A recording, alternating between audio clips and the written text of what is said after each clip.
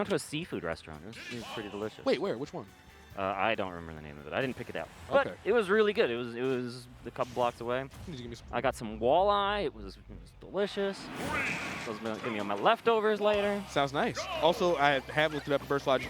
I think he's actually from here. He's got a lot of results from northeastern Ohio. That's what it is. Ah, okay. So yeah. So he's one of the local homies, and that's the cool thing about this event.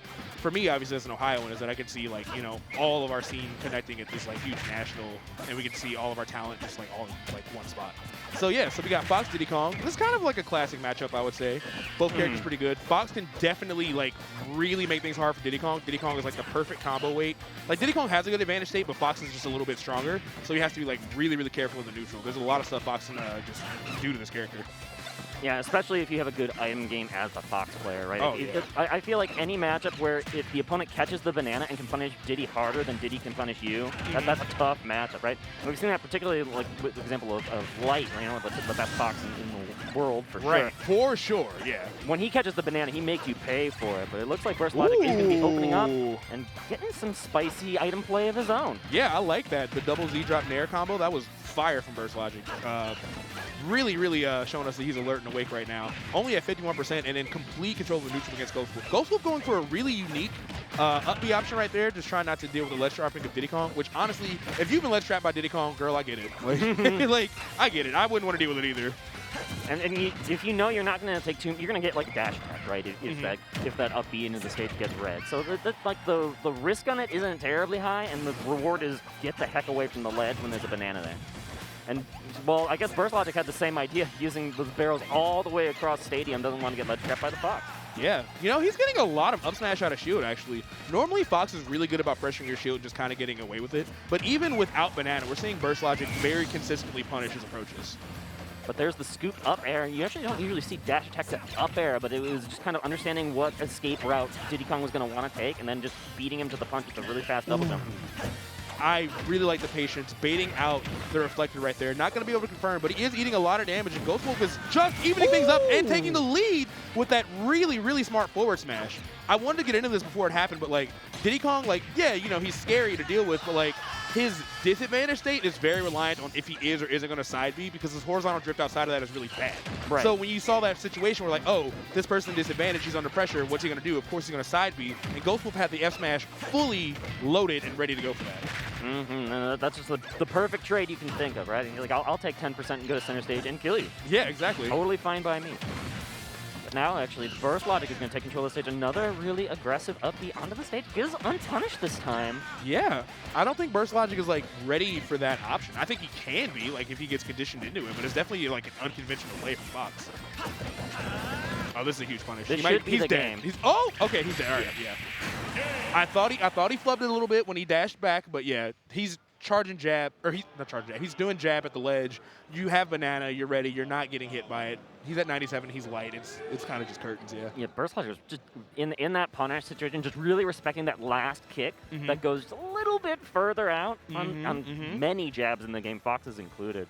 So he had time to dash back and then do just a dashing throw of the banana, seal the game from that. Yeah, you're right. It's because a lot of people do get tripped up by like that last little bit of extra disjoint when he finishes the jab. But honestly, it was just a waiting game. As soon as his hand let go of the big green button, the game was lost. Yeah, I think he did have the spacing right. So he was being maybe a little too cautious, but I mean, all's well that ends well. You got the game 1 victory. We're going into game 2. I don't think we saw a character switch from either of them. One thing I'll see from a lot of Fox players is like, if they're like, obviously Fox's jab is super good, but it's very punishable if you're wrong. So sometimes I'll see them stop at like jab 2, like just to check and make sure they confirmed it or not, because that's how you can kind of save yourself from those situations. He's just like, all right, let me stop after the second one. Obviously, I'm not hitting this jab. I don't want to eat the punish. Right. And when you're playing Fox, you have to have like the reaction time to hit confirm things like that, because you're playing such a fast character who needs to change. You need to change your advantage state on the fly. But all that being said, game 2 starting off a little stronger for Ghostwolf. Nice combo from BurstLogic, though. A solid 70% out of nowhere. I was going to say he has a lead. Oh, and there's that F tilt. So obviously you saw him like overreacting to not dealing with Diddy's ledge trapping. That F tilt is why. It sends you at a terrible angle.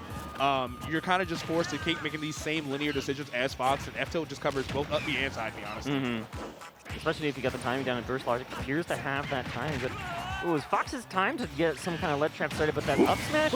Okay, trade an up smash for up smash. One of them is going to kill them. Yeah, BurstLogic got a little bit antsy there. And then we saw kind of like a reversal of the play we saw last time. We saw Ghostwolf just being patient, being like, all right, well, you're doing that. That looks cute, but I'm going to go ahead and get this punish real quick if that's okay with you. And the forward smash on the smash roll platform, I think that might have been a misinput, because you're doing 3 up tilts, and then F smash to the left. It's like, you sure about that? Right, is it really? Maybe like a really air dodge Ooh! Really? That's the thing that unlocks so much more reward out of those ledge trap scenarios is the threat of having that timing with a down air, right? You can cover those Fox illusions with F tilts all you want, and if that's all you have in your back pocket, Fox will probably be fine with it, right? Yeah, he's gonna get reset in that situation a few times, but you know, you won't die for at least a considerable amount of percent. But you got to show you have the timing for that spike. Yeah, Diddy Kong quietly has like one of the strongest dares in the entire game, and that was a great reminder of how powerful that move actually is. Oh, okay, Fox is in a bad spot again, goes high. Another missed punish on the, this time it was an illusion to center stage. That's a little bit more reasonable to miss punish on it, it's so fast. I like the movement we're seeing from BurstLogic. We're seeing some B reverses on the banana plug, making sure that he's as hard to challenge as possible when he's trying to land down from Ghostwolf. And it worked out really well. He got stage control, got a lot of damage, but he also got that back air not too long after.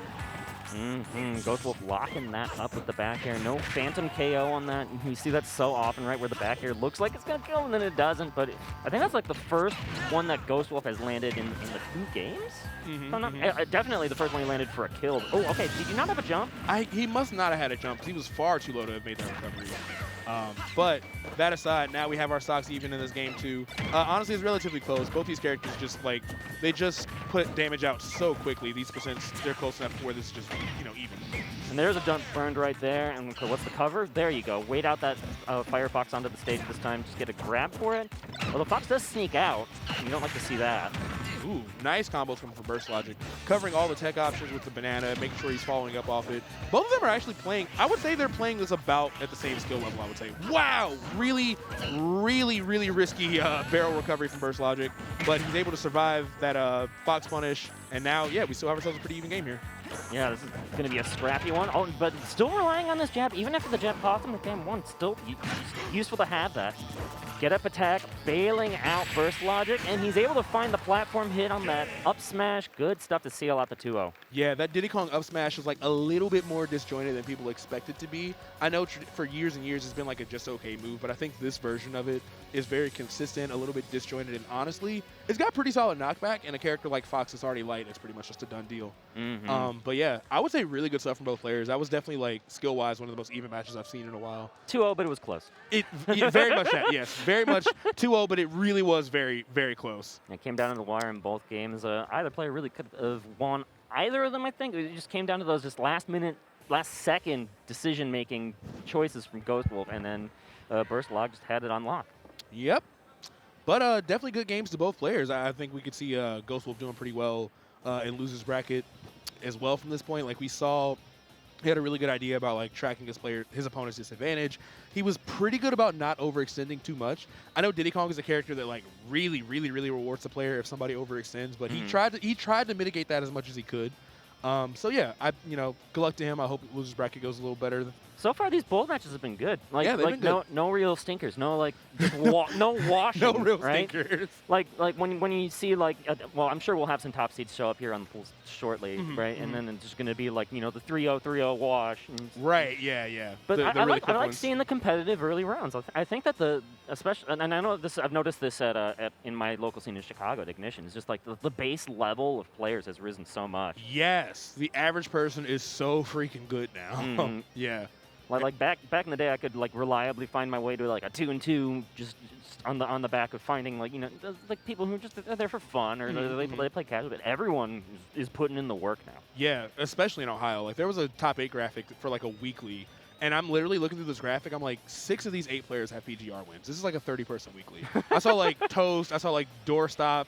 I saw Nan was there. I was like, what are y'all doing? All this for like $80? Like.